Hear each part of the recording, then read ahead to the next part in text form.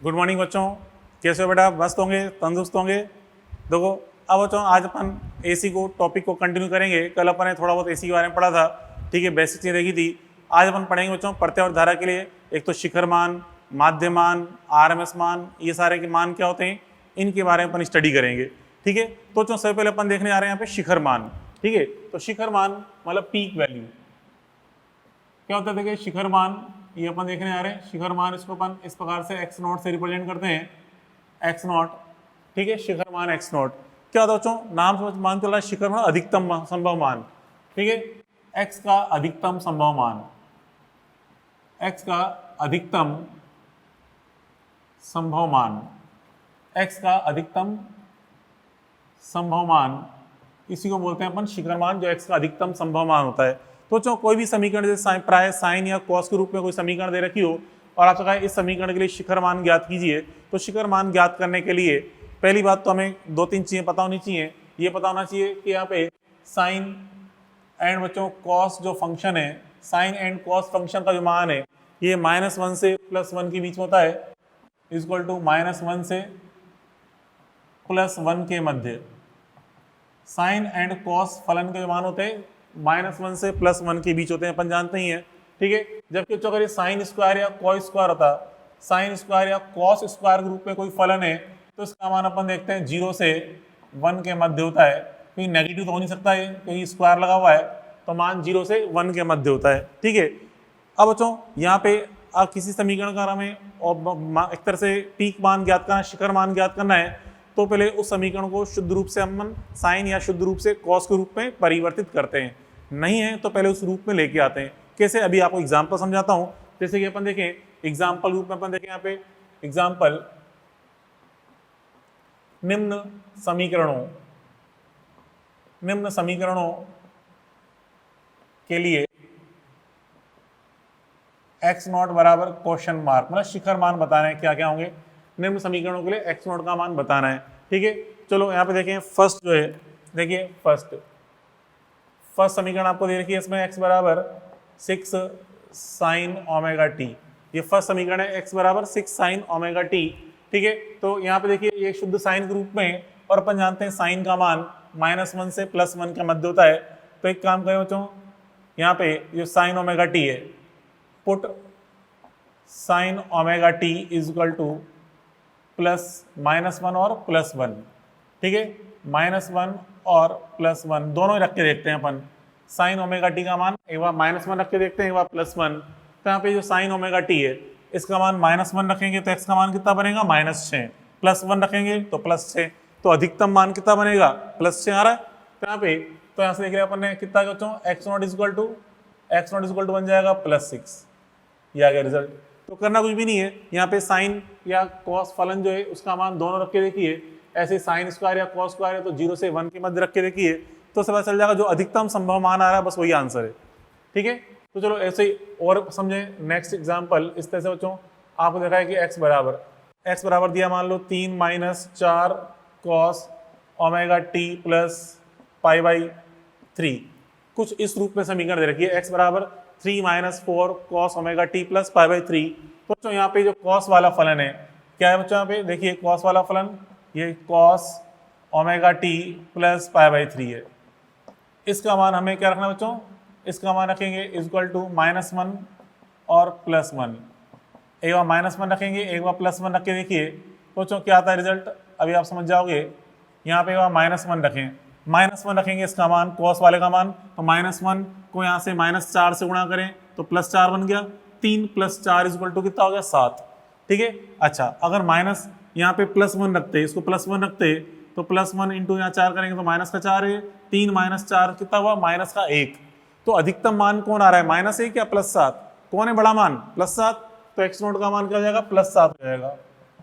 देखिए बिल्कुल सिंपल चीजें हैं, कितना आ गया, +7 आ गया, ठीक है। तो थोड़ा सा और अच्छा क्वेश्चन सोल्व करें इसके अंदर। जो थर्ड क्वेश्चन इस प्रकार से आपसे कहा जा रहा है, थर्ड क्वेश्चन आपसे कहा बच्चों इस तरह कहा है कि x equal to 6 sine 2πt cos 2πt है। इसका निकालना है हमें शिखर मान क्या होगा। तो अब यहाँ पे देखिए ये शुद्ध रूप से साइन या शुद्ध रूप से कॉस के रूप में नहीं है, तो पहले उसको शुद्ध रूप से साइन के रूप में लेके आए।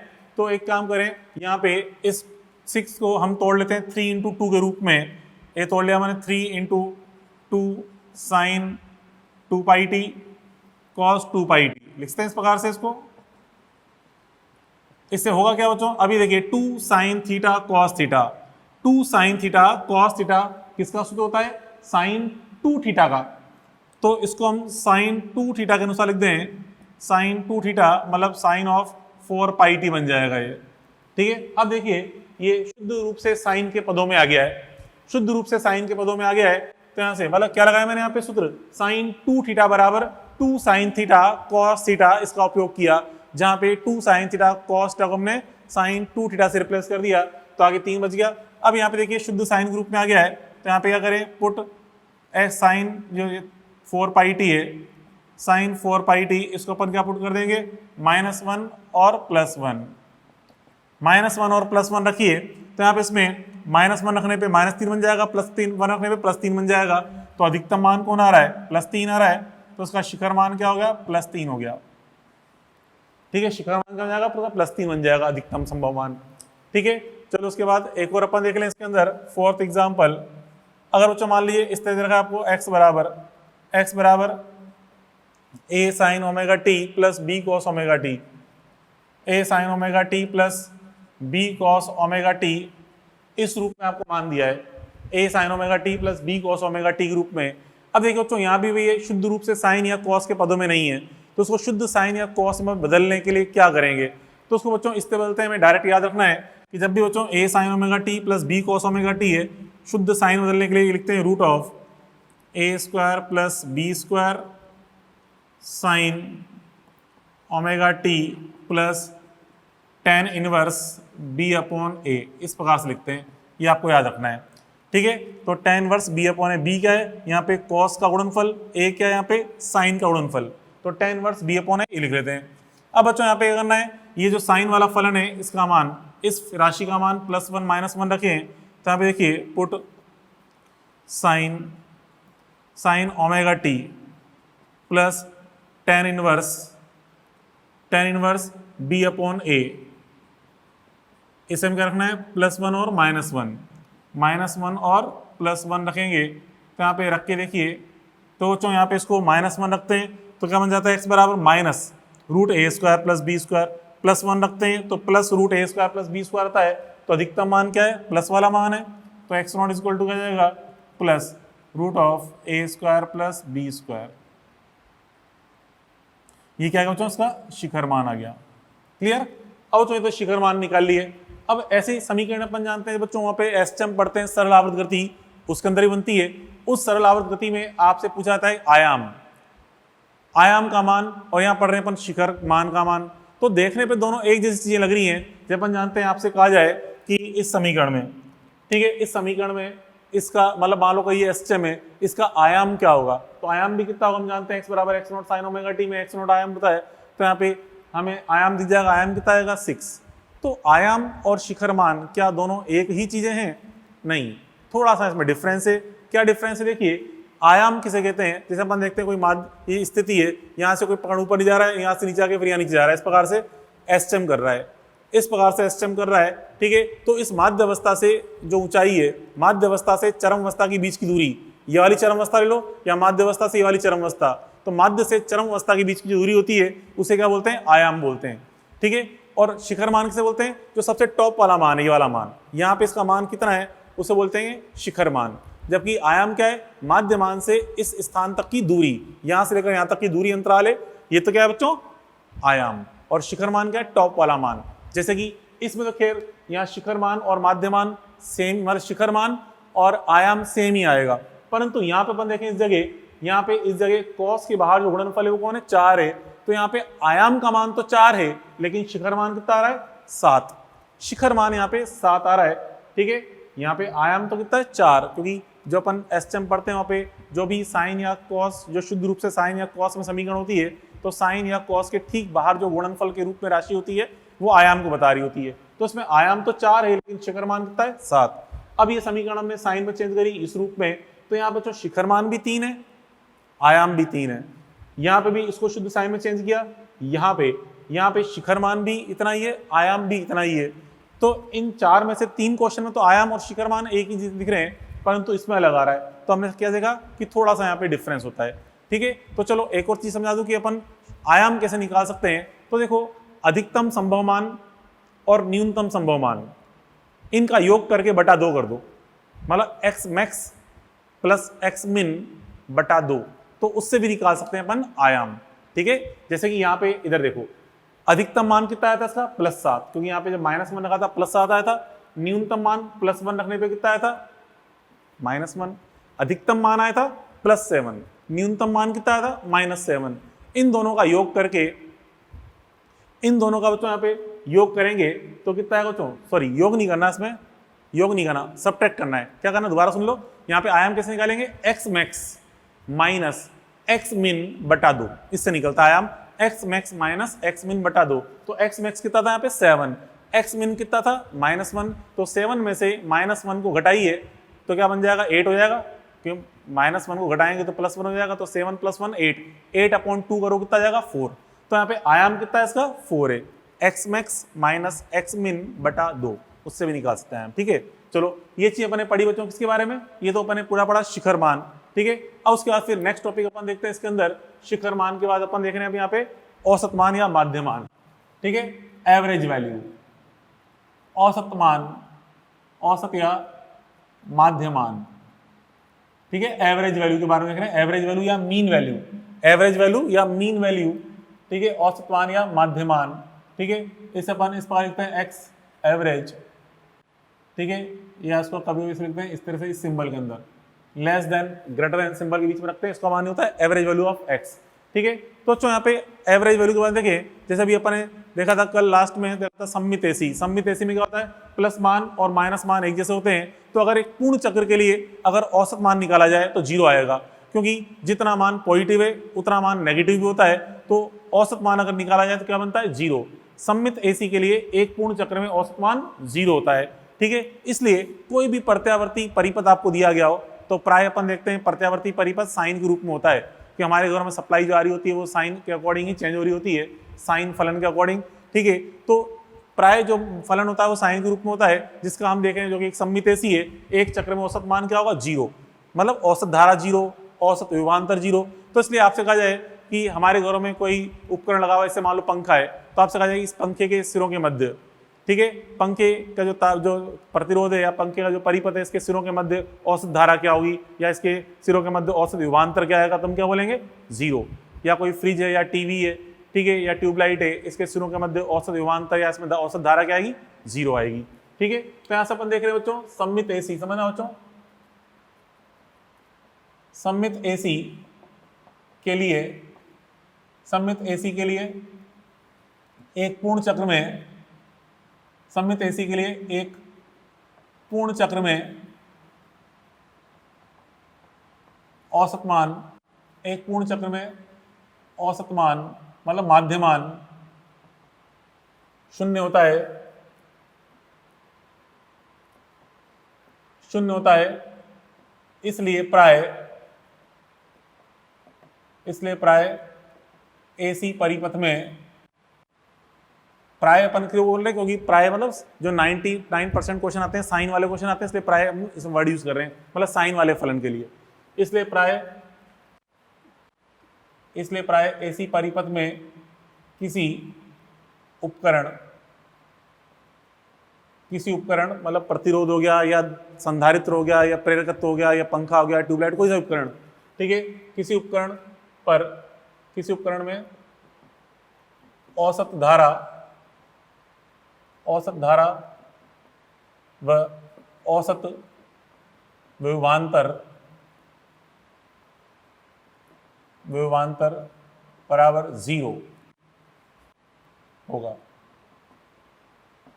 ठीक है, एसी परिपथ में किसी उपकरण में औसत धारा व औसत विभवांतर क्या होगा 0, क्योंकि कुछ नहीं कहा जाए तो हम पूर्ण चक्र की बात करते हैं हमेशा ध्यान रखें, कुछ नहीं कहा जाए तो पूर्ण चक्र के लिए ही औसत धारा और औसत विभवांतर निकाले जाते हैं।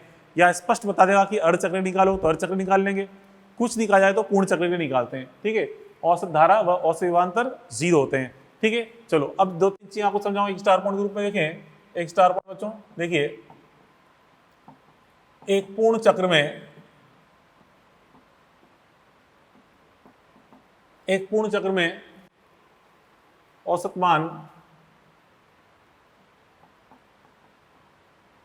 मतलब माध्यमान, देखिए एक पूर्ण चक्र में अगर अपन माध्यमान निकालें, ठीक है, एक पूर्ण चक्र में औसत मान या माध्यमान, जैसे अपन देखते हैं दो तीन चीजें समझें, जैसे साइन का कोई फलन है, ठीक है बच्चों, कोई साइन का फलन है,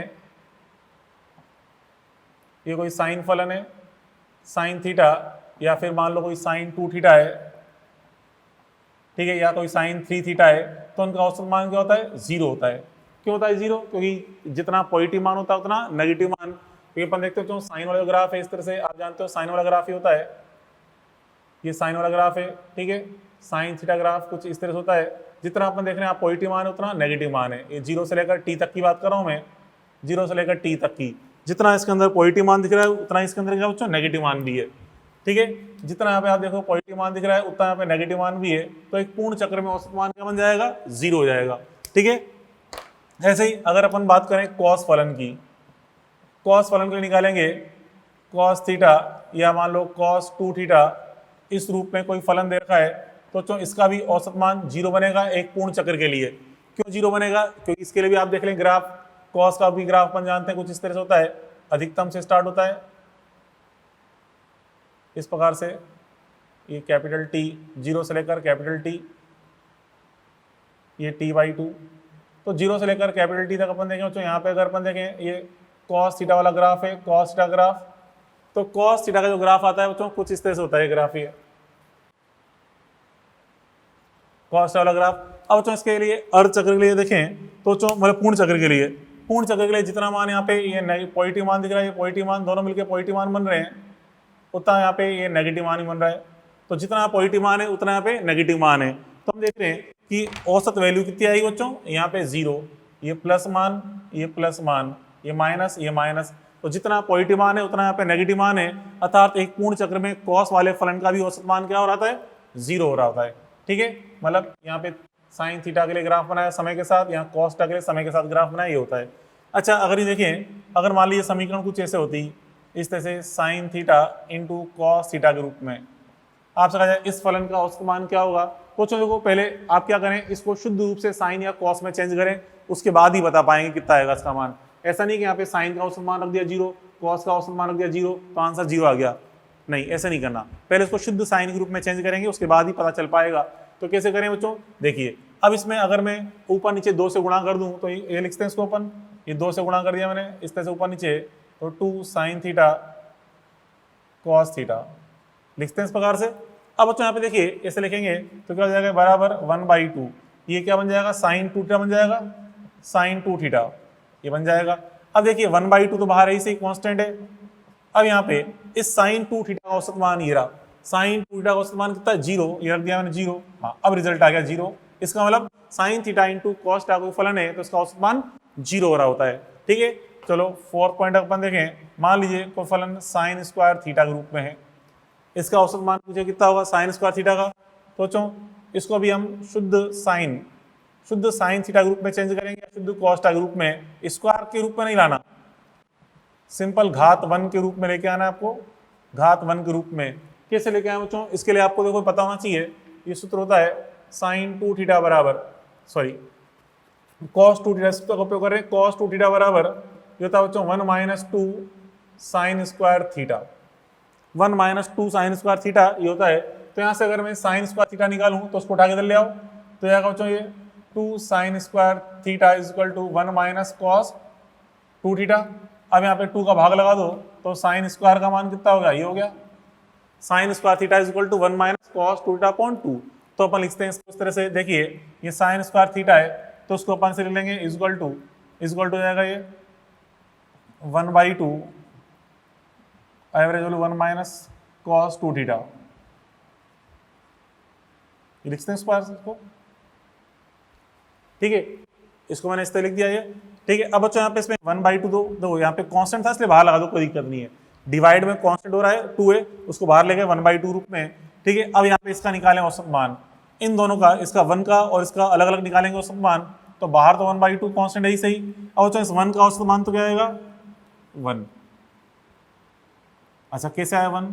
1 का औसत मान 1 कैसे आया? देखो बच्चों यहाँ पे सोचिए, कोई भी चीज़ अगर कांस्टेंट होती है तो उसका औसत मान वही रहता है। जैसे कि मान लीजिए आप सिंपल देखें, मान लीजिए बच्चों मान लीजिए आप यहाँ पे दिन में जो रोटी खाते हो 4 रोटी खाते हो, शाम को भी 4 रोटी खाते हो, अगले दिन भी 4, फिर अगले दिन शाम को 4, ऐसे करते महीने भर तक लगातार आपने फिक्स रोटियां खाई, तो बताइए आपसे कहा जाए एक महीने में बताइए आपने औसतन कितनी रोटी खाई, तो क्या आएगा आंसर 4।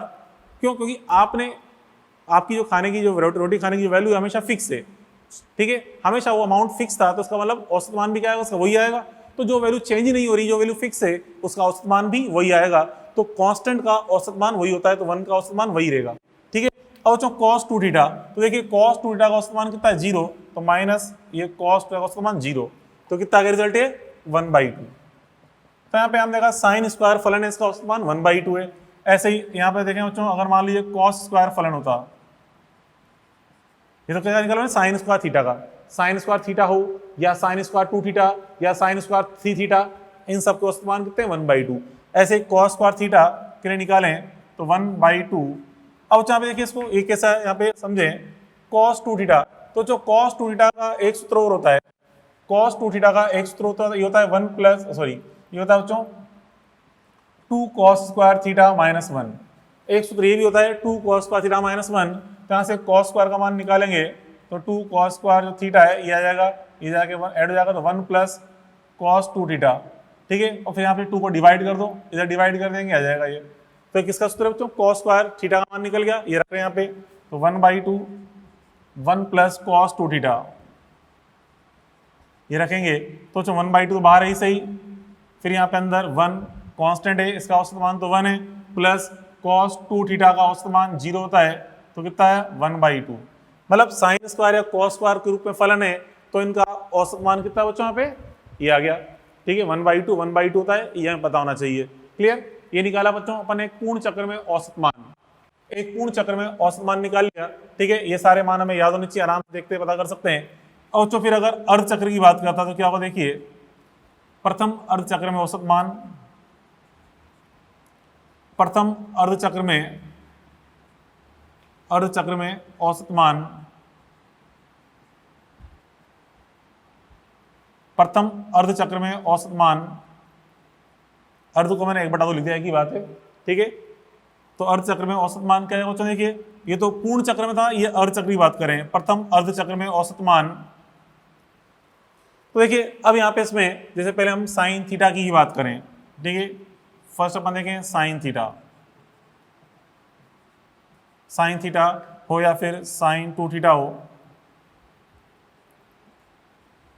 साइन 2 थीटा या साइन 3 थीटा, इनका बच्चों जो औसत मान होता है ये 0 नहीं होता, 0 नहीं होता, ये होता है बच्चों 2/पाई, हमें याद रखना है 2/पाई, ये हमें याद रखना है। कैसे है ये आगे समझाऊंगा हमें कैसे निकलता है 2/पाई, ये हमें याद रखना है कि साइन थीटा हो या साइन 2 थीटा, इसका मान 0 नहीं होता 2/पाई। अच्छा 0 क्यों नहीं होता, इसके लिए अपन देखें, ये जो साइन वाला ग्राफ है अर्ध चक्र तक के लिए बनाए, तो ये अर्ध चक्र है साइन वाले के लिए, यहाँ तक ये t/2, ठीक है। तो टी है टी, अब अर्ध चक्र ये हो गया t/2। अब इस अर्ध चक्र के लिए ये हम बात कर रहे हैं, साइन थीटा के लिए बात कर रहे हैं, साइन थीटा का जो अर्ध चक्र है, आप खाली इस अर्ध चक्र को देखो 0 से लेकर t/2 तक वाला मान, प्रथम अर्ध चक्र बोला गया है, प्रथम अर्ध चक्र बोला 0 से लेकर t/2 तक का टाइम, शुरू का 0 से t/2 तक का टाइम, ये प्रथम अर्ध चक्र है। इसमें कहीं मान नेगेटिव नहीं हो रहा, हमेशा मान पॉजिटिव है, कहीं नेगेटिव नहीं हो रहा, तो इसलिए इसका औसत मान भी क्या आएगा पॉजिटिव, क्योंकि सारे मान पॉजिटिव है, यहाँ भी पॉजिटिव है, पूरा मान पॉजिटिव है। तो जब पूरी राशि पॉजिटिव है, कभी नेगेटिव हो ही नहीं रही, तो इसका औसत मान निकालेंगे तो कुछ पॉजिटिव बनेगा, और वो मान कितना होता है बच्चों 2/पाई होता है, ठीक है। ये हमें याद रखना है, ये कैसे एक समाकलन सूत्र पढ़ेंगे आगे उससे निकलता है ये, तभी आप डायरेक्ट याद रखें, ठीक है। परंतु बच्चों अगर ये कोई कॉस फलन होता है इस प्रकार से, ठीक है, अगर इससे कॉस फलन है कॉस थीटा या कहते हैं कॉस 2 थीटा के रूप में कोई फलन है, तो इसका औसत मान 0 आता है। कैसे आता है 0, चलो ग्राफ से देखते हैं। इस प्रकार देखिए ये जो कॉस का ग्राफ है, ये बताइए आपको कॉस का ग्राफ कुछ इस तरह से होता है बच्चों, ये कॉस थीटा ग्राफ है, इस प्रकार से अपन देखते हैं कॉस थीटा ग्राफ, ठीक है। कॉस्ट ग्राफ कुछ इस तरह होता है, कॉस्ट ग्राफ ही होता है, ठीक है। अब तो यहाँ पे t/2 स्थिति होगी, t/2 ये वाला बिंदु बताएगा t/2 को, ये बिंदु बता रहा है t को, ये बिंदु 0 को। अब देखो यहाँ पे इसमें अर्धचक्र तक के लिए इसके अंदर अर्धचक्र 0 से t/2 तक का हिस्सा कौन सा है, यहाँ तक ये। अब देखिए इसमें जितना आपको प्लस दिख रहा है मान उतना माइनस है कि नहीं है। ये अर्धचक्र दिखा दिया मैंने, यहाँ से t/2 तक का ये जितना इसमें प्लस मान है उतना में माइनस मान है, तो प्लस और माइनस मान बराबर आ रहे हैं, इसलिए cos 2θ या cos θ का जो फलन है इसका एक अर्धचक्र के अंदर भी अपन निकालते हैं मान, प्रथम अर्धचक्र में औसत मान निकालते हैं तो कितना बन रहा होता है 0, प्रथम अर्धचक्र में इसका मान 0 आ रहा होता है। ये चीज अपन देखी, ठीक है। चलो इसके बाद और आगे अपन समझें इसमें थर्ड पॉइंट। देखिए थर्ड पॉइंट, अगर आपसे कहा जाए तो यहाँ पे sin θ इंटू कॉस θ जो फलन है इसके लिए निकालें, sin θ इंटू कॉस θ इसका निकालें, प्रथम अर्धचक्र में औसत मान कितना आएगा। देखिए यहाँ बच्चों को पहले शुद्ध साइन या शुद्ध कॉस में चेंज करें, कैसे किया था चेंज, इस तरह से किया था चेंज, ठीक है। तो इसको इस तरह चेंज करेंगे तो मैं डायरेक्ट लिख रहा हूँ क्या बन जाएगा, 1/2 sin 2θ बन जाएगा ये, ठीक है। ये मैंने लाइन खा गया बीच में, डायरेक्ट ही लिख दिया मैंने, ठीक है। अब यह 1/2 sin 2θ आ गया। अब तो देखो 1/2 तो कांस्टेंट है कि नहीं है, और फिर sin 2θ का औसत मान आपसे कहा मैंने sin θ हो या sin 2θ हो या sin 3θ हो, तो इसका औसत मान क्या बनता है बच्चों, प्रथम अर्धचक्र में 2/π, तो इसे आ जाएगा 2/π, तो 2 से 2 उड़ा दो तो क्या आ जाएगा बच्चों यहाँ पे 1/π, ठीक है। ये आ जाएगा मान 1/π अर्धचक्र में इसका मान, क्लियर। अब देखिए उसका फिर फोर्थ पॉइंट अपन देखें, फोर्थ पॉइंट निकाल लेते हैं साइन स्क्वायर वाले के लिए, साइन स्क्वायर थीटा, तो इसको भी अपन ऐसे लिख रहे हैं इस प्रकार से, ये कितना है बच्चों 1/2 1 माइनस कॉस 2θ इसका निकालें, तो बच्चों 1/2 तो कांस्टेंट है, ठीक है। फिर 1 का जो औसत मान है 1 का तो 1 ही देता है, ये कांस्टेंट है, फिर माइनस कॉस 2θ, तो कॉस 2θ के लिए औसत मान कितना है बच्चों, अर्धचक्र में 0 आ रहा है, प्रथम अर्धचक्र में 0 आ रहा है मान, तो यहाँ पे इसके लिए 0 रख दो, कितना आ गया बच्चों ये बराबर 1/2। तो आपने देखा साइन स्क्वायर फलन का मान पूर्ण चक्र के निकालें तो भी 1/2 है, अर्धचक्र निकालें तो भी 1/2 है। फिर उसके बाद देखिए कॉस स्क्वायर अगर फलन है तो इसके लिए क्या आएगा, इसके लिए देखना यही आएगा मान 1/2 आएगा, ठीक है। यहाँ भी 1/2 बनेगा, इस तरह से अपन एक के सॉल्व कर रहे हैं, तो 1/2 तो कांस्टेंट है, फिर 1 का 1 हो गया, इसका कॉस 0 हो जाएगा, तो कितना है 1/2, ठीक है। तो साइन स्क्वायर और कॉस स्क्वायर जो फलन होते हैं इसका धनात्मक अर्धचक्र में औसत मान निकाला जाए या पूर्ण चक्र में औसत मान निकाला जाए तो कितना बन रहा है बच्चों 1/2 आ रहा है साइन स्क्वायर और एंड कॉस स्क्वायर फलन के मान, ठीक है। अब बच्चों चलो ये चीज अपन देख ली। अब यहाँ पे ध्यान देंगे प्रथम शब्द बहुत इंपॉर्टेंट है, कैसे इंपॉर्टेंट है देखिए, अभी आपको मैं एक एग्जाम्पल एक नोट के रूप में समझाऊं तो उससे और क्लियर हो जाएगा। देखिए एक नोट के रूप में देखें, समझना, अगर हमारे बच्चों कोई समीकरण आपको दे रखी है इस प्रकार से, जैसे कि यहाँ पे ये x बराबर 6 sin ωt है, x बराबर 6 sin ωt है, ठीक है, या सॉल्यूशन लेंगे x बराबर x0 sin ωt, इस प्रकार से कोई समीकरण है के लिए अर्धचक्र में औसत मान मतलब माध्यमान, औसत मान बोले माध्यमान एक ही बात होती है, औसत मान बताइए शून्य होगा या अशून्य होगा। x बराबर x0 sin ωt के लिए अर्धचक्र में औसत मान, तो अर्धचक्र में औसत मान यहां से अपन देख रहे हैं, जैसे यहाँ लिखा था साइन के लिए तो 2/π था, मतलब अशून्य आ रहा था मान, जबकि मैं यहाँ बोल रहा हूं कि औसत मान इज इक्वल टू 0 अथवा नॉट इक्वल टू 0 हो सकता है। बोले क्या बात हो गई, अभी तो आपने बताया था नॉट 0 होता है, 0 तो कॉस वाला होता है तो साइन वाला मान है, ठीक है। देखिए आप मिस्टेक कहाँ कर रहे हैं सोचने में, कहाँ मिस्टेक हो रही है बच्चों, यहाँ पे मैंने कहीं पे प्रथम वर्ड यूज किया ही नहीं, मैंने केवल क्या बोला है अर्धचक्र। हाँ अगर यहाँ बोलता है मैं क्लियर x बराबर x0 sin ωt के लिए प्रथम अर्धचक्र में औसत मान, तो फिर हम क्या बोलेंगे नॉट इक्वल टू 0, ठीक है। कैसे, चलो और समझाओ इस चीज के बारे में। यहाँ जीरो कैसे आ रहा है या नॉन जीरो कैसे आ रहा है, तो समझिए बच्चों यहाँ पे इसका जो ग्राफ अपन देखें, इस x not sign omega T graph कैसा आएगा, देखो ठीक है। यहाँ पे अपन जानते हैं ग्राफ कुछ ऐसे बनेगा, ये बच्चों इसका जो ग्राफ बन रहा है एक्स का, x not sign omega T के लिए ग्राफ कुछ इस तरह से ग्राफ आता है बच्चों, ये प्लस एक्स नॉट और ये माइनस एक्स नॉट है। तो चलो देखो यहाँ पे ये plus x not minus x not. यहाँ अगर हम बात करें प्रथम अर्धचक्र के लिए, प्रथम अर्धचक्र के लिए बात करेंगे तो चलो देखो यहाँ पे इस प्रकार से अपन देख रहे हैं, इसमें बात कहा जाएगा कि अर्धचक्र के लिए औसत मान जीरो होगा या नॉन जीरो होगा, ये हमें देखना है। तो देखो अगर मैं इस भाग की बात करूं, यहाँ से इस भाग के लिए समझना बात को, ये देखो ये जो पार्ट है, ये वाला पार्ट, इस पार्ट की बात करें, इस पार्ट में ये पूरा मान पॉजिटिव है, ये पूरा मान क्या बच्चों पॉजिटिव। तो बच्चों यहाँ से लेकर यहाँ तक का टुकड़ा है, इस बिंदु से इस बिंदु तक का टुकड़ा, इसके लिए टाइम कितना होगा, t/2 होगा, नहीं होगा, ये मतलब अर्धचक्र है कि नहीं है, अर्धचक्र। तो इस अर्धचक्र के अगर अपन निकालें औसत मान, तो यहाँ बच्चों इसके लिए जो औसत मान आएगा एक्स एवरेज, एक्स एवरेज बराबर बनेगा 2x0 अपॉन पाई। बोलो 2x0 अपॉन पाई कैसे बन रहा है, यहाँ तो हमने बताया था कि ये 2 अपॉन पाई आता है, ये x0 कहाँ से आ गया। देखिए ये क्या बताया मैंने, साइन थीटा का जो औसत मान है वो तो क्या होता है 2 अपॉन पाई। तो यहाँ पे क्या लिखा है x0 साइन थीटा लिखा हुआ है, ओमेगा टी मतलब थीटा, तो x0 तो एज इट इज है ही सही, साइन ओमेगा टी मतलब साइन थीटा का औसत मान क्या है 2 अपॉन पाई, तो x0 इंटू 2 अपॉन पाई, तो कितना आ गया 2x0 अपॉन पाई। ठीक है, तो x बराबर x0 साइन ओमेगा टी के लिए, मतलब इस x0 साइन थीटा के लिए, x0 साइन थीटा के लिए औसत मान क्या आएगा, x0 तो कांस्टेंट है और साइन थीटा का औसत मान 2 अपॉन पाई, तो क्या बन गया 2x0 अपॉन पाई, मतलब क्या आ रहा है ये नॉन जीरो, मतलब नॉट इक्वल टू जीरो आ रहा है। लेकिन अगर बच्चों मान लो हम इस भाग की बात करते हैं, यहां से लेकर यहां तक की, इस भाग की बात करें, तो आप सोचिए क्या ये टाइम इंटरवल t/2 होगा, नहीं होगा, यहां से लेकर यहां तक का, यहां से लेकर यहां तक का ये टाइम भी t/2 के बराबर होगा, मतलब अर्धचक्रीय है कि नहीं, अर्धचक्र, क्योंकि समय अंतराल में दिख रहा है t/2 है, अर्धचक्र में दिख रहा है। तो बच्चों यहाँ पे ये मान तो प्लस है, यहाँ पे ये मान देख रहे हैं माइनस है। तो अगर अपन इसके लिए निकालते औसत मान, यहाँ पे अगर इसके लिए औसत मान निकाला जाए तो एक्स एवरेज कितना आ जाएगा बच्चों, यहाँ पे जीरो, क्योंकि जितना धनात्मक मान दिख रहा है उतना ऋणात्मक मान दिख रहा है, तो जीरो आ रहा है। ठीक है, तो कहने मतलब क्या बच्चों, मेरी भावना को समझो क्या कह रहा हूं मैं, यहाँ पे मतलब ही निकल के आ रहा है कि जब तक यहाँ पे प्रथम अर्धचक्र शब्द काम में न ले, तब तक हम यहाँ पे 2x0 पाई नहीं बोलेंगे। ठीक है, तो सिंपल अर्धचक्र के लिए अपन देखते हैं मान ये भी हो सकता है और जीरो भी हो सकता है।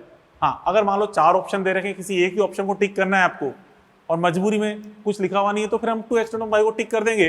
बट अगर ऑप्शन ये भी है कि जीरो भी हो सकता है, 2x0 पाई भी हो सकता है, ठीक है, या दोनों ही हो सकते हैं, तो फिर क्या टिक करेंगे, दोनों हो सकते हैं। ठीक है, मतलब x0 पाई पॉसिबल है, 2x0 पाई पॉसिबल, दोनों ही मान पॉसिबल हैं। तो ये चीज आप इसको ढंग समझे क्या कहना चाहता हूं मैं। ऐसे ही सेम टू सेम कॉस के लिए अपन सोच सकते हैं। ठीक है, कॉस के लिए अपन ये मान सोच सकते हैं कि अगर कोई कॉस वाला फलन है तो आपसे कहा जाए कि कॉस फलन के लिए अर्धचक्र में औसत मान जीरो और नॉन जीरो दोनों ही पॉसिबल हैं। ठीक है, ये चीज अपन यहाँ पे देखी, क्लियर। चलो इस पे और एग्जाम्पल अपन देखें, तो देखिए चलो कुछ क्वेश्चंस और सॉल्व करते हैं अपन इस पे, एवरेज वैल्यू पे, माध्यमान पे। क्वेश्चन ग्राफ से एक पूर्ण चक्र में तथा प्रथम अर्धचक्र में निम्न का औसत मान ज्ञात करो। ठीक है, इनका औसत मान ज्ञात करना है। जैसे अपन देखें यहाँ पे इसमें एक्स एवरेज, एक्स निकाल रहे हैं अपन पहले पूर्ण चक्र के लिए, ठीक, कंप्लीट साइकिल के लिए। तो जो कंप्लीट साइकिल निकालें, मतलब इस तरह से ये औसत मान का चिन्ह ही से अपन जानते हैं, ये लेस देन ग्रेटर देन जो वाला चिन्ह होता है, 5 + 3 sign 50 pi T plus 6 sine square 25 pi T, इसका औसत मान आपको निकालना है। ठीक है, तो यहाँ पे देखिए इसमें पहले 5, मतलब इन सबका अपन अलग अलग निकालेंगे औसत मान, इसका अलग, इसका अलग, इसका अलग, के बीच में प्लस का चिन्ह लग रहा है, सबका अलग अलग अपन औसत मान ज्ञात करेंगे। तो पहले 5 तो कांस्टेंट है, कांस्टेंट का औसत मान 5 ही होगा, क्योंकि 5 तो चेंज होता नहीं, फिक्स रहता है हमेशा। ठीक है, ऐसे ही प्लस 3 साइन का, इसका 3 कांस्टेंट है, और इस साइन 50 पाई टी का औसत मान अपन जानते हैं पूर्ण चक्र में साइन फलन का औसत मान क्या होता है, 0। ठीक है, फिर 6 कांस्टेंट है, और तो साइन स्क्वायर फलन का औसत मान 1/2, तो कितना हो जाएगा, 5, ये 3 0 हो गया, और ये मतलब 5 + 0 + 3 कितना हो जाएगा 8। तो आ गया आंसर 8। ऐसे ही अगर बच्चों x का मान निकालते हैं अपन अर्धचक्र में, ठीक है, अर्धचक्र में निकालें इसका औसत मान अर्धचक्र में, तो यहाँ पे अब क्या किया जाएगा बच्चों, वही तरीका यही है, 5 + 3 sign 50 pi T plus 6 sine square 25 pi T, ऐसा अपन लिखेंगे इसको।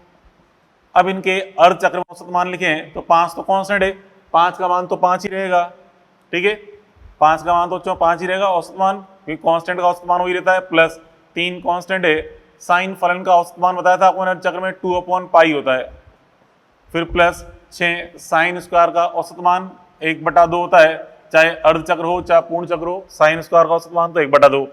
अब क्या जाएगा बच्चों, ये यहाँ से अपन देखें 3 तो यार है और 5 8 तो हो गया, प्लस अब यहाँ पे 6/पाई, तो 8 + 6/पाई ये आएगा इसका आंसर, ठीक है, ये निकाल लिया अपन ने।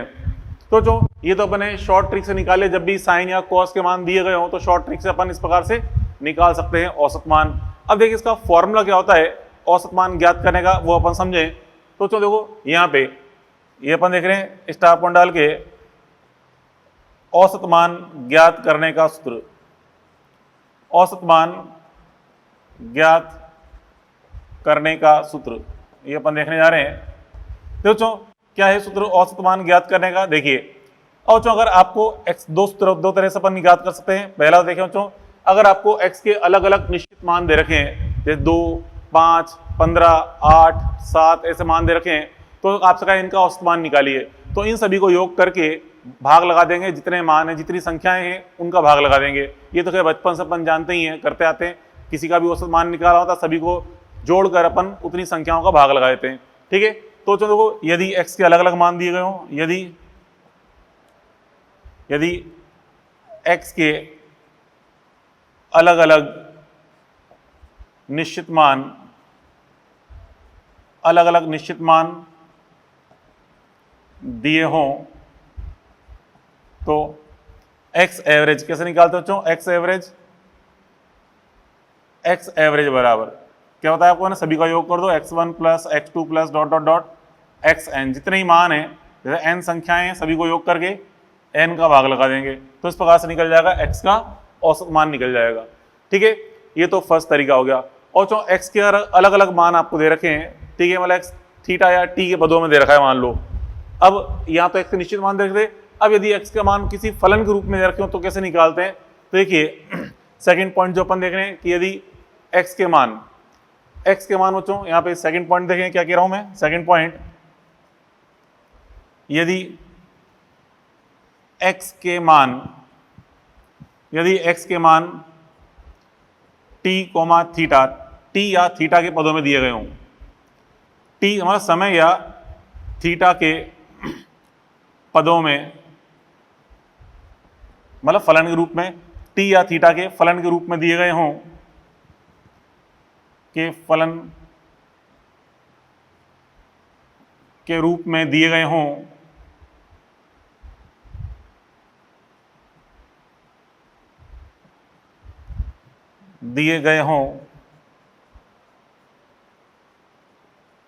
तो अब जो अगर t के मान, x के मान t या थीटा के रूप में दिए गए हों, तो t1 से t2 के मध्य, तो समझना t1 से t2 अथवा थीटा1 से थीटा2 के मध्य, t1 से t2 अथवा थीटा1 से थीटा2 के मध्य, समझना। देखो तो देखो अब देखिए यहाँ पे क्या जाएगा मान, थीटा1 से थीटा2 के मध्य अपन देख रहे हैं, औसत मान कैसे निकाल लेंगे, देखिए x एवरेज बराबर लिमिट t1 से t2, मतलब अगर आपको t के पदों में दे रखे मान, तो ये लिखेंगे 1/t2 - t1 लिमिट t1 से t2 x dt ऐसे निकाल लेंगे, ठीक है। और अगर आपको ये मान दे रखे थीटा के पदों में, तो हम लिखेंगे x एवरेज बराबर 1/θ theta two minus theta one, limit लगा देंगे थीटा वन से theta two x d t. आई बस में ये कब, जब थीटा के पदों में दे रखे हो मान। अब देखो बच्चों यहाँ पे इसको मैं ऐसे भी लिखता हूं बराबर करके, देखिए 1/T2 minus T1, 1/T2 minus T1। अब बच्चों ये सूत्र एक समाकलन के रूप में, अगर आपको क्वेश्चन में ग्राफ दिया गया हो तो अपन जानते हैं ग्राफ का एरिया अपन निकालते हैं कब, अगर सूत्र समाकलन के रूप में होता है। तो यहां से हम बोल सकते हैं इन टू में क्या जाएगा बच्चों, ये हो जाएगा एरिया ऑफ, क्या जाएगा बच्चों, area of x T graph, area of x T graph, area of x T graph with T axis, मतलब समय अक्ष के साथ ग्राफ का बनाया गया क्षेत्रफल कहां से कहां तक, from T1 to T2, from T1 to T2, ठीक है, T1 से T2 तक जो आपको ग्राफ दे रखा है उस ग्राफ का समय अक्ष के साथ बनाया गया क्षेत्रफल निकालना है। कहां से कहां तक बच्चों, T1 से T2 तक का निकालना है। ऐसे बच्चों यहां भी हम क्या कर सकते हैं, यहां पे हो जाएगा 1/θ2 माइनस θ1 और इनटू ये हो जाएगा क्या, area of theta t graph, area of theta t graph with theta axis from θ1 to θ2, θ1 to θ2 ऐसे निकाल लेंगे। ठीक है, अब बच्चों अगर आपको क्वेश्चन में पूर्ण चक्र शब्द काम में लिया गया है, ठीक है, जैसे अपन इस तो लगा रहे हैं और आपको लिमिट के बारे में जानकारी नहीं दे रखी, लेकिन ये बोल दिया कि पूर्ण चक्र के लिए निकालिए औसत मान, ठीक है, तो समय की लिमिट लगाएंगे 0 से कैपिटल टी तक, मतलब आवर्तकाल, और थीटा की लिमिट लगाएंगे 0 से 2 पाई तक। ठीक है, तो यहां से हम कह सकते हैं पूर्ण चक्र के लिए सीमा क्या लगाएंगे बच्चों आप, यह जाएगा T1 बराबर 0 से क्या लगानी है, कैपिटल टी, ठीक है, अथवा थीटा की बात करें तो θ1 बराबर, मतलब यूं समझे T1 बराबर 0 से T2 बराबर T लगानी है, T1 बराबर 0 से T2 बराबर कैपिटल टी, अथवा θ1 बराबर 0 से θ2 बराबर क्या लगाएंगे, 2 पाई लगाएं। ठीक है, और तो यहां पे ये तो हो गया, और जबकि धनात्मक अर्धचक्र के लिए बोला जाए बच्चों, ठीक है, पॉजिटिव अर्धचक्र के लिए, या यूं बोले कि प्रथम अर्धचक्र के लिए बोला जाए, प्रथम अर्धचक्र के लिए धनात्मक तो नहीं बोलेंगे, प्रथम अर्धचक्र ज्यादा सही है, प्रथम अर्धचक्र के लिए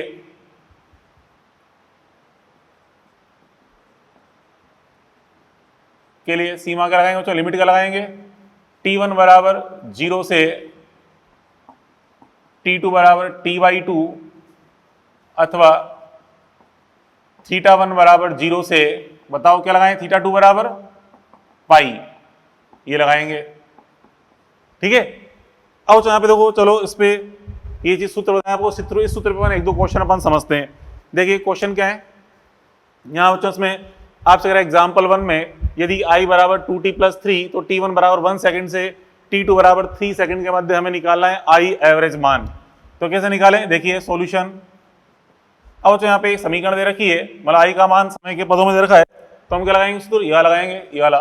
ठीक है, तो यहाँ पे देखिए I एवरेज बराबर क्या हो जाएगा, I एवरेज बराबर इंटीग्रेशन, पहले तो आएगा 1/T2 माइनस T1, मतलब 3 माइनस 1, फिर लिमिट लगा देंगे 1 से लेकर 3 तक, और I dt होता है तो I का मान कितना है, 2t प्लस 3 dt। ठीक है, ये लगा दिया अपन ने सूत्र, 1/T2 minus T1, limit T1 से T2 I dt। अब तो यहाँ पे ये क्या होगा, तो ये तो 1/2 हो गया। अब यहाँ पे सर करें समाकलन, तो 2 तो कांस्टेंट है, t का समाकलन t² 2 हो जाएगा, प्लस 3 कांस्टेंट है, मतलब 3 का समाकलन 3t बन जाएगा इस तरह से, लिमिट 1 से लेकर 3 तक। ठीक है, यहाँ से 2 से 2 कैंसिल, ठीक है, 2 से अपन ने 2 कैंसिल कर दिया, ये 2 से 2 कैंसिल। अब यहाँ पे इसमें क्या जाएगा, 1/2 अपर लिमिट माइनस लोअर लिमिट करेंगे, तो अपर लिमिट रखें, तो पहले अपर लिमिट 3² प्लस 3 × 3, फिर माइनस 1² प्लस 3 × 1, ये लगा दिया अपन ने। ठीक है, तो ये 1/2 कितना होगा बच्चों ये 9, ये 3 की घात 2 9 होती है, 9 9 + 9 18, 18 में से 4 माइनस करिए क्योंकि 3 और 1 4, तो 14 आएगा। तो 14 और 14/2 कितना जाएगा 7, ये आ जाएगा 7। ठीक है, तो आई का औसत मान कितना आ गया 7, ये आ गया रिजल्ट। ठीक है, चलो अगला एग्जाम्पल लिखें, ये ग्राफ से रिलेटेड है। तो यहाँ पे आपसे ग्राफ जो निम्न ग्राफ में t1 = 0 से t2 = 4 के मध्य हमें निकालना है v एवरेज मान निकालना है। तो चो यहाँ पे देखिए कौन सा लगाएंगे उस तरफ की यार, यहाँ पे टाइम के साथ ग्राफ दिया हुआ है ये वाला 1/t2 - t1, फिर लगाएंगे area of xt graph with t axis from t1 to t2। तो चो यहाँ पे 0 से 4 सेकंड, 0 से लेकर 4 सेकंड तक मतलब आपको ये वाला एरिया ज्ञात करना है। ठीक है, ये वाला एरिया आपको ज्ञात करना है। ठीक है, तो यहाँ से अपन इसको एरिया को, चलो इसको a1 बोल दूं, इस एरिया को a2 बोल दें, तो हमें a1 + a2 का मान ज्ञात करना है। तो यहाँ से अपन देखेंगे क्या जाएगा सॉल्यूशन। यहाँ पे ऐसा करना है अपन को, v एवरेज बराबर 1/t2 - t1 = इनटू क्या जाएगा बच्चों एरिया a1 + a2। ठीक है, a1 + a2 तक का एरिया अपन लेंगे। अब यहाँ पे देखिए बराबर 1/t2 - t1, तो t2 - t1 करें कहाँ से कहाँ तक निकालना है, 4 से 0 तक का, 0 से 4 तक के लिए 4 - 0 हो जाएगा, 4 - 0 की लिमिट आपको 0 से 4 तक दे रखी है। फिर इनटू एरिया करें a1, तो जो a1 ये एरिया निकालेंगे, ये एक रेक्टेंगल है, आयत है, आधार इंटू ऊंचाई कर दो, तो आधार तो 2 है, ऊंचाई 10 है, तो 2 × 10। ठीक है, प्लस अब एरिया a2 निकालें, तो जो एरिया एक समकोण त्रिभुज है, समकोण त्रिभुज का क्षेत्रफल क्या होता है 1/2 आधार इंटू ऊंचाई, तो 1/2 आधार कितना है 2 से 4 के मध्य 2 जाएगा इंटू ऊंचाई, 1/2 इंटू आधार तो 2 है और ऊंचाई, ऊंचाई नहीं है बच्चों यहाँ पे निचाई है, निचाई मतलब नेगेटिव मान दे रखा है, यहाँ पे -8 रखेंगे, तो मान नेगेटिव के रूप में -8 रख दिया। ठीक है, 2 से 2 कट गया, ये तो कितना है 20, ये तो 20 आया, 20 में से 8 गया, 20 में से 8 गया 12 आएगा। ठीक है, 12/4 करें, तो 12/4 करने पे कितना जाएगा ये 3 वोल्ट। ठीक है, तो ये तो 4 आया, यहाँ पे आ गया 20, 20 में से 8 जाएगा 12, 12/4 करेंगे तो 3 वोल्ट। इस प्रकार से बच्चों ये अपन ने ग्राफ की सहायता से भी औसत मान निकाल लिया। आई बात समझ में? अब देखो बच्चों अपन समझे औसत मान की जो प्रायोगिक परिभाषा होती है, जो भी अपन ने सूत्र लिखा था x का समाकलन के रूप में, वो कहाँ से आया था, वो ये चीज अपन देखने जा रहे हैं।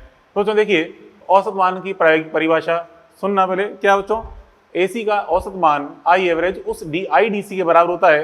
ठीक है, जो कि समान परिपथ में समान समय अंतराल में समान आवेश प्रवाहित करे। क्या मतलब इसका, देखिए जब बच्चों यहाँ पे यूं मान लीजिए जैसे कि एक प्रतिरोध यहाँ पे, एक प्रतिरोध यहाँ पे, दोनों समान प्रकार के प्रतिरोध हैं। ठीक है, तो यहाँ बच्चों इसको अपन ने जोड़ा प्रत्यावर्ती स्रोत से, इसको जोड़ा अपन ने DC स्रोत से। ठीक है, अब बच्चों इसमें जितना आवेश प्रवाहित हुआ T1 से T2 समय अंतराल में, इस प्रत्यावर्ती परिपथ में, इस AC परिपथ में जितना T1 से T2 समय अंतराल में आवेश प्रवाहित हुआ, उतना ही आवेश प्रवाहित करने के लिए हमें यहाँ पे कितनी DC धारा प्रवाहित करनी पड़ रही है, उतने ही समय अंतराल में, कोई वही परिपथ मतलब वही प्रतिरोध है, उतना ही समय अंतराल ले रहे हैं, तो हमें कितनी यहाँ पे DC धारा प्रवाहित करनी पड़ेगी। तो DC का जो मान है वही मान कहलाता है इस AC का औसत मान।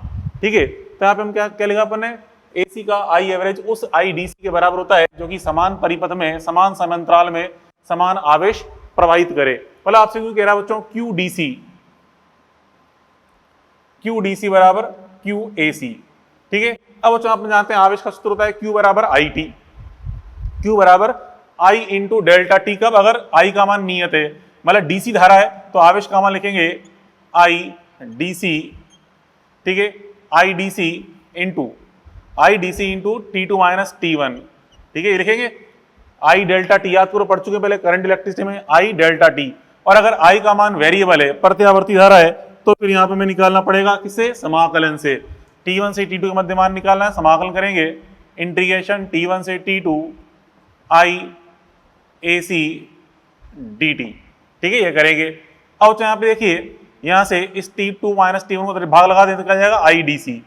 तो इसी को हम IDC बोल रहे हैं, या इसी को बोलते हैं IDC या I एवरेज। IDC या I एवरेज बराबर भाग लगा देंगे, ये जाएगा 1 T2 - T1 और ये जाएगा लिमिट T1 से T2 IAC ए सी डी टी। ठीक है, तो देखो ये लिखा था अपन सूत्र अभी 1 जैसे एक्स लिखा था 1/t2 - t1 इंटीग्रेशन t1 से t2 x dt, एक्स के एवरेज मान के लिए या ए सी के एवरेज मान के लिए यहाँ पे ये अपन कर देंगे। तो ये सूत्र अपन ये क्या पढ़ी अपन ने, प्रायोगिक परिभाषा किसकी, प्रत्यावर्ती धारा के औसत मान की। क्लियर, तो यहाँ तक तो अपन ने पढ़ लिया बच्चों औसत मान या माध्य मान। अब देखिए, अब नेक्स्ट अपन पढ़ने आ रहे हैं बच्चों आरएमएस मान, जिसे हम प्रभावी मान भी बोलते हैं, आरएमएस या प्रभावी मान। ठीक है, ये तो अपन ने पढ़ लिया बच्चों औसत मान की प्रायोगिक परिभाषा। अब अपन देख रहे हैं यहाँ पे प्रभावी, यहाँ देख रहे हैं बच्चों आरएमएस या प्रभावी मान, आरएमएस या प्रभावी मान जिसे हम एक्स आरएमएस बोलते हैं। तो देखिए आरएमएस मतलब रूट मीन स्क्वायर, आरएमएस या प्रभावी मान, आरएमएस या प्रभावी मान, आरएमएस मतलब वर्ग माध्य मूल मान। अब अगला टॉपिक पढ़ रहे हैं वर्ग माध्य मूल मान या प्रभावी मान। तो चलो देखो अब यहाँ पे इसकी पहले चलो यहाँ से यहीं से स्टार्ट कर लेते हैं, इसकी पहले पढ़ लेते हैं प्रायोगिक परिभाषा क्या होगी। तो चलो प्रायोगिक परिभाषा जैसे अपन ने यहाँ पे भी ये लिखी थी औसत मान की प्रायोगिक परिभाषा, उसके लिए हमने आवेश का उपयोग किया, पर आवेश के प्रवाह का। ऐसे बच्चों अगर समान परिपथ में समान समय अंतराल में समान ऊष्मा उत्पन्न हो, आवेश की जगह बात कर रहा हूं मैं ऊष्मा के लिए, तो अब की बार डीसी का जो मान है वो बताएगा आई आरएमएस को। अभी तो हमने कहा था समान आवेश प्रवाहित किया था, तो डीसी वाला जो धारा थी वो आई डीसी किसको बता रही थी, आई एवरेज को। अब अगर दोनों परिपथ में समान ऊष्मा की बात करें और जितनी ऊष्मा एसी धारा ने प्रवाहित की उत्पन्न की थी उतनी ऊष्मा डीसी धारा उत्पन्न कर रही है, तो अब की बार जो डीसी का मान है वो आई आरएमएस ऑफ एसी मान को बताता है। तो बच्चों क्या बन जाएगी परिभाषा, देखिए एसी का आई आरएमएस, अब यहां पे लिख रहा हूं मैं आरएमएस। ठीक है, एसी का आई आरएमएस मान मतलब वर्ग माध्य मूल मान उस आई डीसी के बराबर होता है जो कि समान परिपथ में समान समय अंतराल में समान ऊष्मा उत्पन्न करे, समान ऊष्मा उत्पन्न करे। ठीक है, ये हो जाती ये परिभाषा किसकी बच्चों, ये हो गई अब आई आरएमएस की, समान ऊष्मा उत्पन्न करे। तो चलो अब क्या जैसे अपन यहाँ पे आवेश को बराबर करके सोल्व किया था, अब क्या हम ऊष्मा को बराबर कर लेते हैं। तो देखिए क्या हो जाएगा यहाँ पे, अब क्या हो जाएगा एच डी सी बराबर एच ए सी। ठीक है, ऊष्मा एच डी सी बराबर एच ए सी करेंगे, एच डी सी बराबर एच ए सी। अब चलो ऊष्मा का फॉर्मूला हम पढ़ चुके हैं, अगर धारा नियत होती है तो एच बराबर होता है आई स्क्वायर आर डी टी, क्या कहते हैं आई स्क्वायर आर टी। ठीक है, आई स्क्वायर आर टी, तो ये अपन देख रहे हैं डीसी तो नियत धारा होती है, तो I D C square R delta t बस t two minus t one. ठीक है, प्रतिरोध आर में कितनी धारा ऊष्मा उत्पन्न हो रही है बच्चों, I square R t two minus t one. और अगर यही वेरिएबल करंट होती तो हमें समाकलन से निकालना पड़ता है, जो भी अपन पढ़ चुके हैं पहले करंट इलेक्ट्रिसिटी में, मतलब इंटीग्रेशन T1 से T2 आई ए सी स्क्वायर आर डी टी। ये परिपथ तो सेम है, इसलिए प्रतिरोध जो इस परिपथ में वही परिपथ वही प्रतिरोध इस परिपथ में भी है।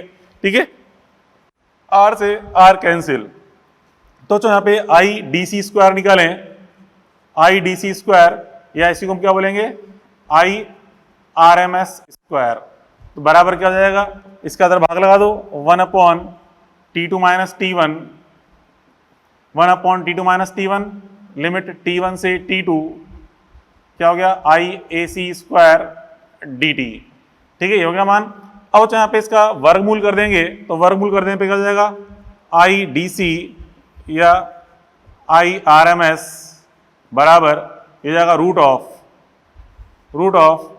1/T2 minus T1, 1/T2 minus T1 integration T1 से T2 I square A C D T. ठीक है, इस प्रकार निकाल सकते अपन क्या चीज आरएमएस मान निकाल सकते हैं इस सूत्र से। ठीक है, ये सूत्र किसका आ गया आपका आरएमएस मान का। क्लियर, तो अब देखिए यहाँ पे इसमें ये एग्जाम्पल अपन सॉल्व करें, इस पे बेस्ड देखिए समझना। सॉल्यूशन नंबर 1 अपन देख रहे हैं, आपसे कह रहा हूं यहाँ पे आई बराबर आई नॉट ई घात माइनस टी अपॉन टॉ है, तो टी बराबर 0 से टी बराबर टॉ के मध्य आई एवरेज मान निकालना है, आई एवरेज नहीं आई आरएमएस मान निकालना है, आई आरएमएस। ठीक है, आई आरएमएस, यहाँ भी आपको वी आरएमएस निकालना है, वी आरएमएस मान निकालना है, यहाँ पे आई आरएमएस मान निकालना मतलब वर्ग माध्य मूल मान निकालना है। तो कैसे करेंगे, देखिए ये हम काफी अच्छा क्वेश्चन सॉल्व कर रहे हैं, बाकी सिंपल तो क्वेश्चन आपको मिल जाएंगे मॉड्यूल के अंदर, सॉल्व एग्जांपल आप वहां से उसको पढ़िए, वहां समझिए। तो देखो यहाँ पे इसमें देखिए यहाँ से अपन देखें क्या करना है, चलो पहले अपन ये स्क्वायर करके निकाल लेते ताकि रूट बार बार लगाएंगे दिक्कत आएगी।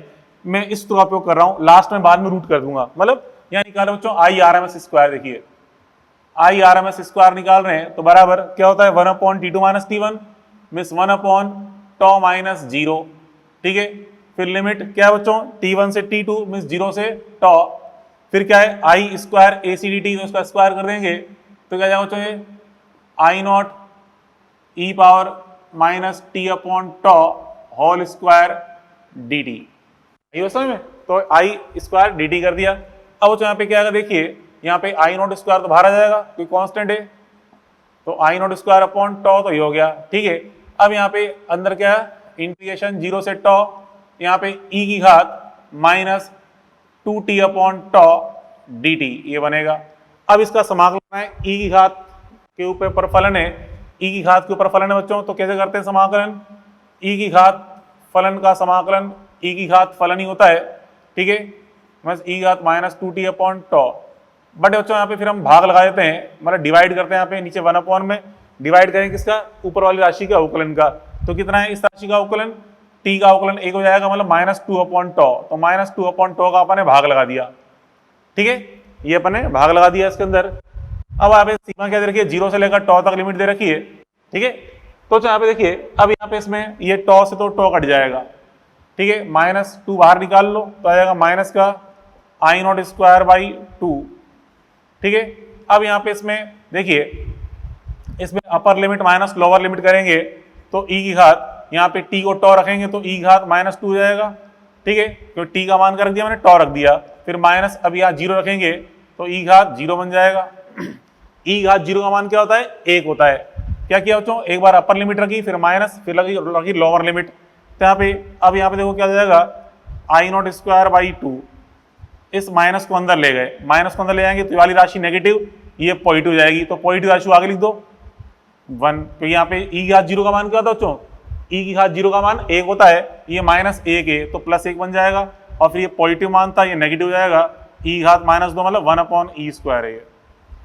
ठीक है, मतलब इस मान को आगे लिख दिया, इस मान को बाद में लिख दिया, क्योंकि नेगेटिव अंदर ले आएंगे, नेगेटिव साइन को, ये हो जाएगा पॉजिटिव हो जाएगा नेगेटिव, इस प्रकार लिख दिया अपन ने। अब इसमें एलसीएम ले लो, एलसीएम लिया ई स्क्वायर अपन ने लिया एलसीएम, तो क्या हो जाएगा ये e² -1।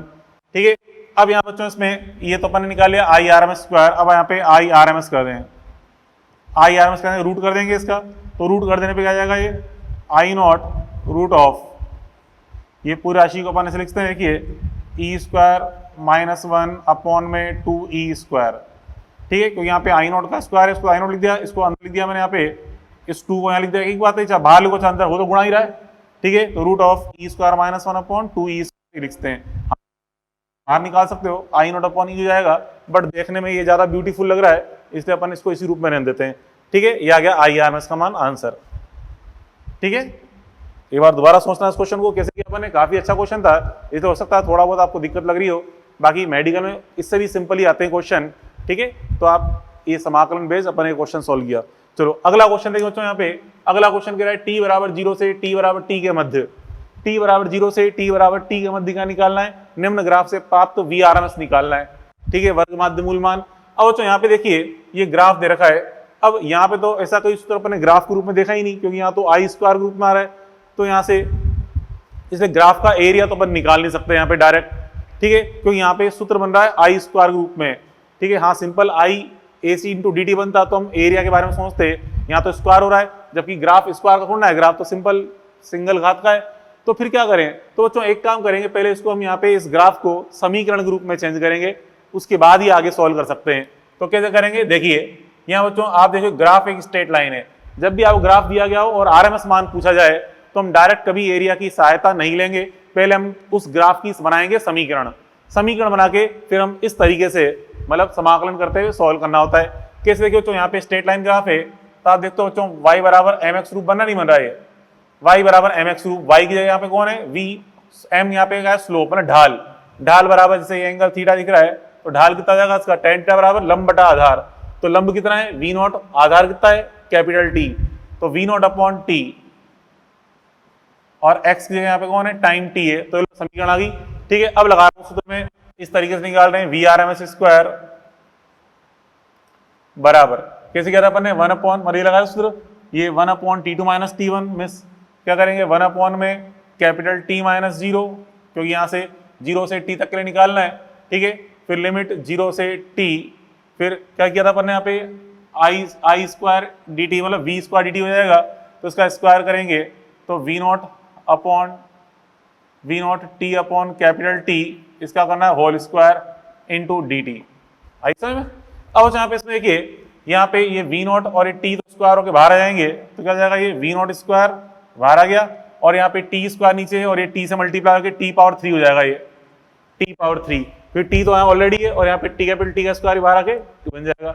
अब वेरिएबल यहाँ पे स्मॉल टी है, क्या बचा बच्चों, टी स्क्वायर डी टी, अंदर क्या बचा, small T square d T, T square करना है समाकलन, तो टी की घात 3/3 आएगा, समाकलन किया अपने टी घात 3/3, आ गया किसका, टी स्क्वायर का समाकलन, टी घात 3/3।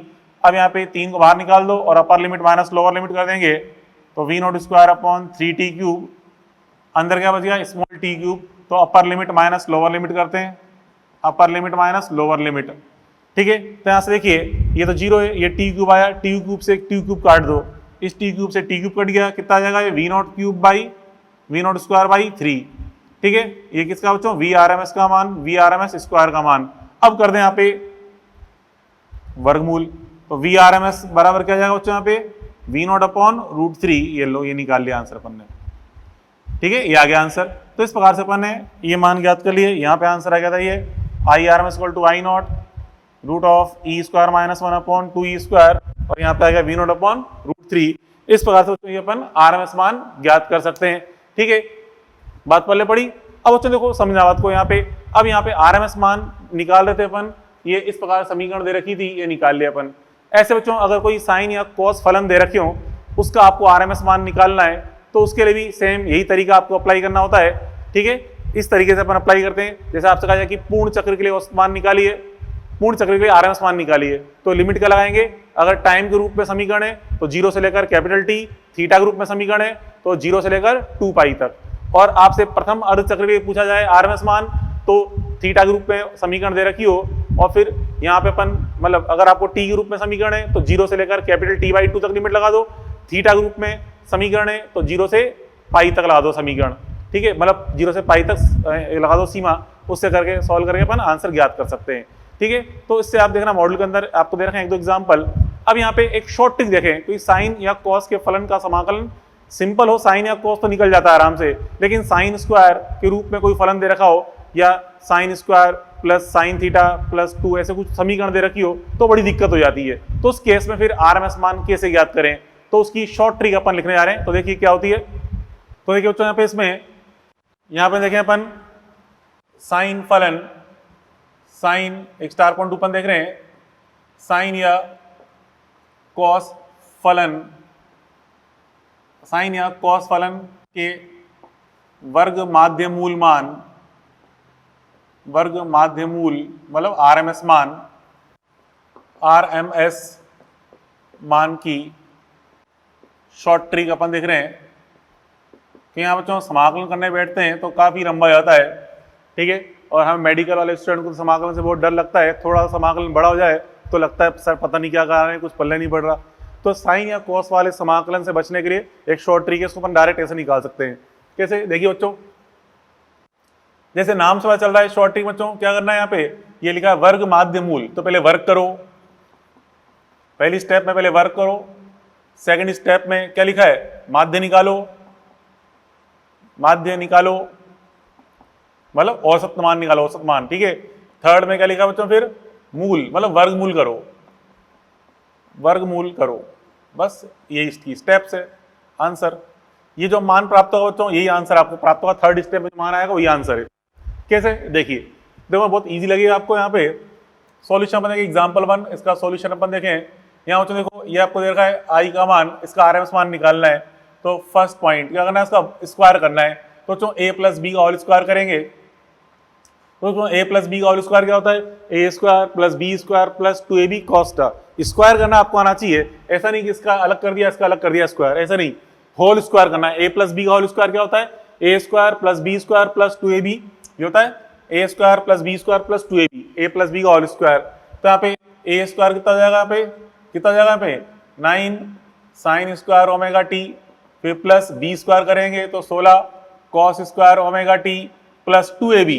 तो 2ab करें तो 2 इंटू 3 इंटू 4 तो 6 चौक 24 24 sine omega t cos omega t. ये पहली स्टेप हो गई। A plus B whole square is A square plus B square plus 2ab, apply कर दिया। थर्ड सेकंड स्टेप में इसका माध्य निकालना है।